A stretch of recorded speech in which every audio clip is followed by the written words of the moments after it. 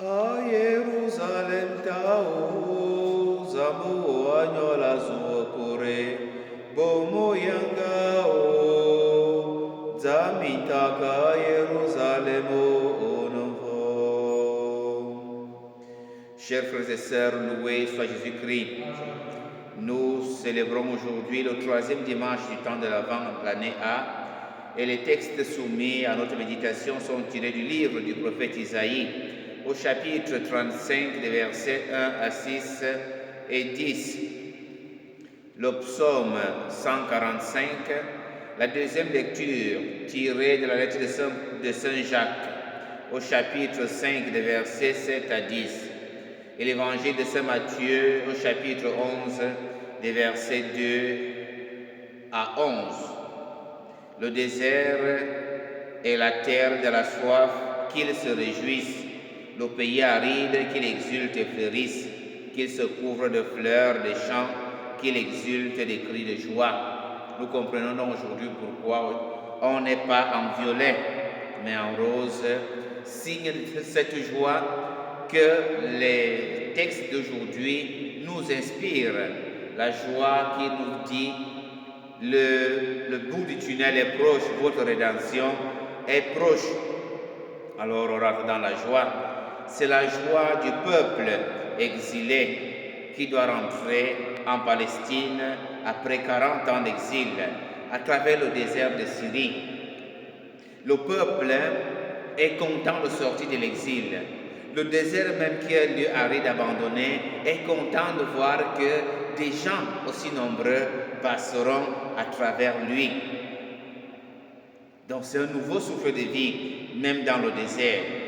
Signe du renouveau qui envahit les cœurs de la joie d'être libérés. Signe du renouveau qui envahit les cœurs qui étaient déjà déserts, sans plus d'espérance.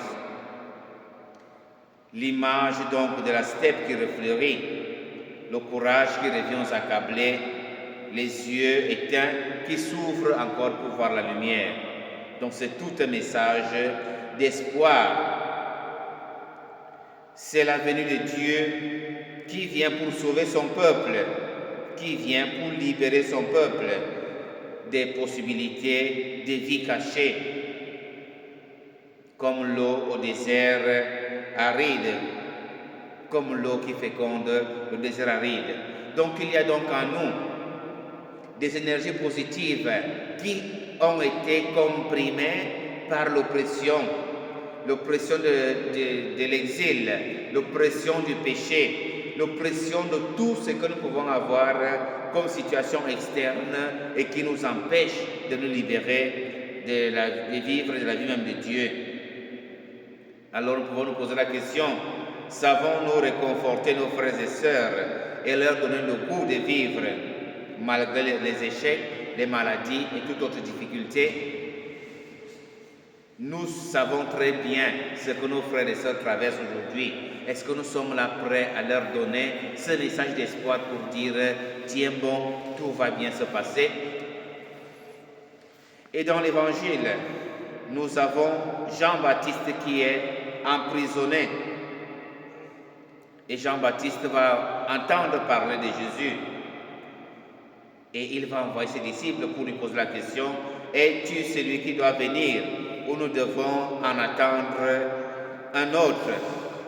Et Jésus va dire à ses disciples, allez rapporter à Jean ce que vous entendez et voyez. Les aveugles voient, les boiteux marchent, les lépreux sont purifiés, les sourds entendent. Donc c'est ça l'action de Dieu quand l'homme est libéré. Une vie nouvelle réagit, renaît des cendres. La vie renaît dans le désert. L'eau commence à couler dans le désert. Tu n'es donc pas perdu. Tu n'es donc pas perdu dans tes difficultés. Accueille le message de la vie nouvelle que Jésus apporte. Jean-Baptiste, qui est donc enfermé, emprisonné, vit l'expérience du désert, un milieu aride de la prison. Il y a donc les échos qui lui parviennent des merveilles que le Seigneur fait. Le grand jour arrive où Dieu sauvera son peuple. Et pendant que ce grand jour arrive, il faut donc répondre au salut. Le salut du monde avance chaque fois que le mal recule. Mon frère, ma sœur, le salut du monde avance chaque fois que le mal recule. Demandons la grâce au Seigneur en ce 3e dimanche du temps de l'Avent, dimanche de la joie, d'apporter cette joie à nos frères et sœurs, d'accueillir cette joie, cette paix, cette santé, nous-mêmes d'abord, et de l'apporter aux autres, pour que à chaque fois qu'on va agir en bien, le mal puisse reculer dans notre vie, dans nos familles, dans nos sociétés et dans le monde entier. A Yerusalem onavama buita maina kiabavza zambo azukora yomutie bebela anazamamba asiono lugantiwe onova.